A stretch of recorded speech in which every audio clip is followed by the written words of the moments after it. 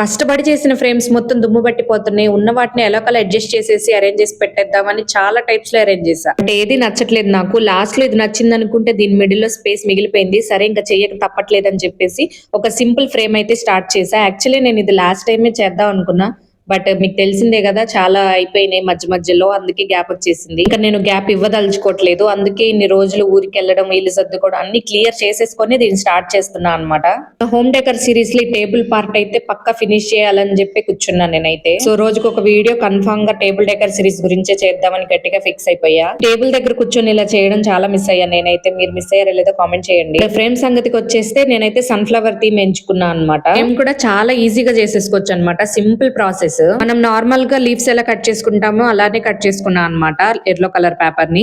తర్వాత black colour paper వచ్చేసి middle లో ఏదో ఉండిద్ది కదా బ్లాక్ గా, దానికి పెట్టడానికి అయితే ఇలా చిన్న చిన్నగా కట్ చేసి దాన్ని రౌండ్ చేసి దాన్ని ఒక చిన్న ఫ్లవర్ లాగా పెట్టా అనమాట.